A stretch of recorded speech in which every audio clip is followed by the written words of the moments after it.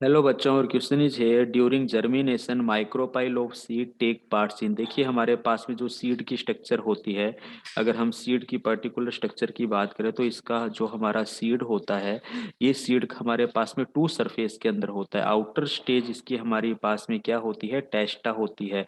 और इनर जो हमारे पास में स्टेज होती है, इस इनर लेयर को हम क्या कहते हैं, टैगमैन कहते हैं। हमारे पास में सीड की क्या होती है, दो लेयर होती है, ठीक है।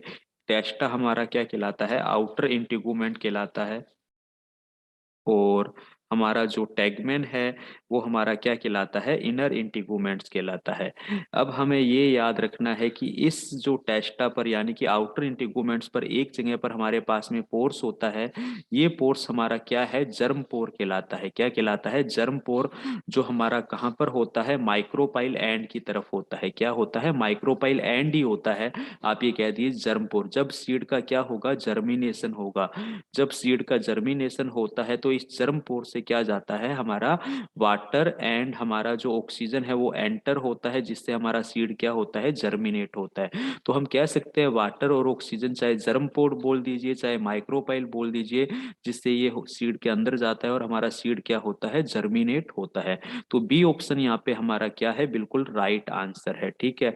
Forming weak point of emergence of radicals नहीं, ये वीक पॉइंट नहीं होता है, ये तो उल्टा हमारे पास नरिशमेंट पॉइंट है।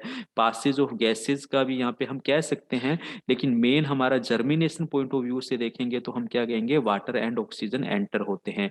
लीचिंग इनहिबिटर भी हमारा ऑप्शन यहाँ पे गलत जाता है, तो ऑप्शन बी बिल्कुल करेक्ट आंसर है। Thank you.